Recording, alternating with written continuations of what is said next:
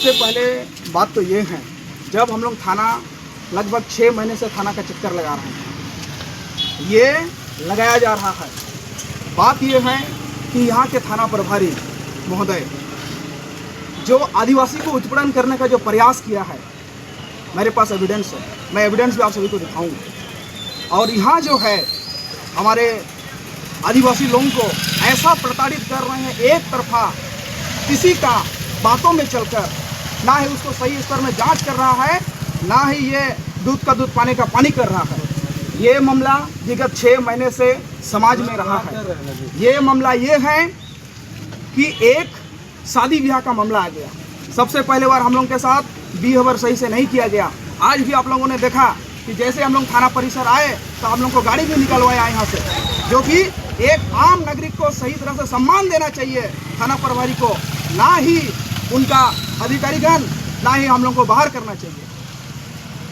और आदिवासी हम सबको जबरदस्ती उनका कानून थोप रहा है, जो कि ये काम थाना प्रभारी का नहीं है।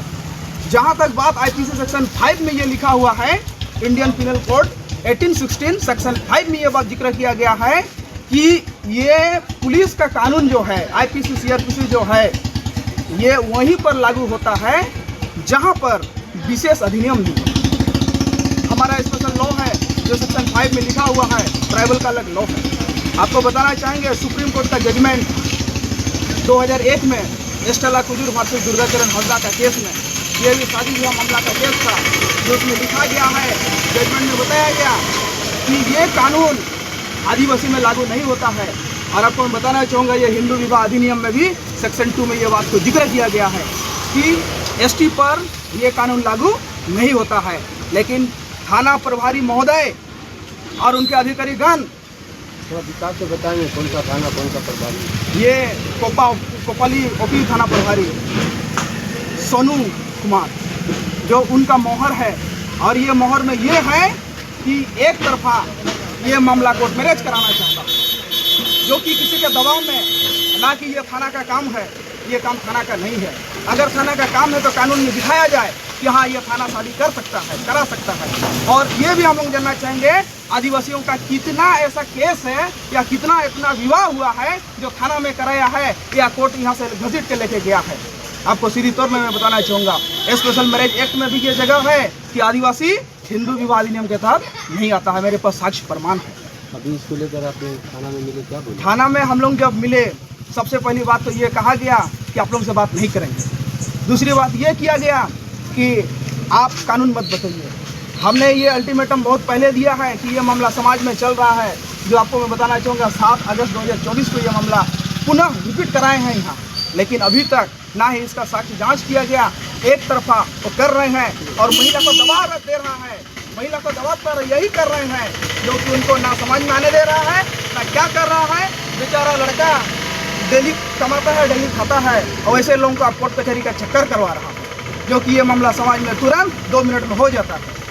ये है हमारा कहना। और थाना प्रभारी को सस्पेंड करने के लिए हम लोग राज्य लेवल तक और गृह मंत्रालय तक सोनू कुमार के नाम से ये एफआईआर भी दर्ज होगा, SC/ST एक्ट में भी दर्ज होगा, और इसको सस्पेंड करने के लिए हम लोग सदन में भी बात उठाएंगे, माननीय हेमंत सोरेन जी से भी बात करेंगे, गृह मंत्रालय में भी हम लोग आएंगे, और इनका अविलंब सस्पेंड होना चाहिए। अगर सस्पेंड नहीं होता है उसका कार्रवाई उच्च स्तरीय हम लोग करवाएंगे।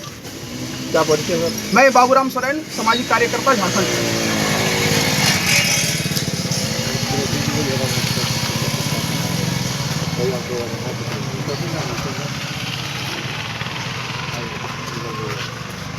बात करिए सर। आया कल लगाइए, बात करिए, कितना मामला है, आना पड़ेगा, चला आया हुआ है, बात करिए। 6 महीना तक बहुत पहले से ये मामला दबा के रखा हुआ, सब एक तरफा काम कर रहा है।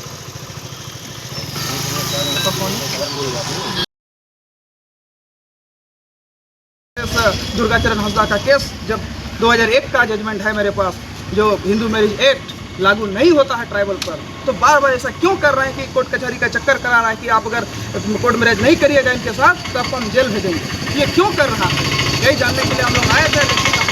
लेकिन कितना गलत हुआ, हम लोग को धमकाया गया, हम लोग को बाहर निकाला गया। लास्ट तक 1 घंटा का समय दिया था कि आ रहे हैं, लेकिन अभी तक 1.5 घंटा, पौने 2 घंटा होते गया, लेकिन अभी तक आया नहीं। आप अपना परिचय दें। मैं बाबूराम सोरेन, सामाजिक कार्यकर्ता, RTI एक्टिविस्ट, झारखंड प्रदेश। आइए ना, आप थोड़ा इधर आइए।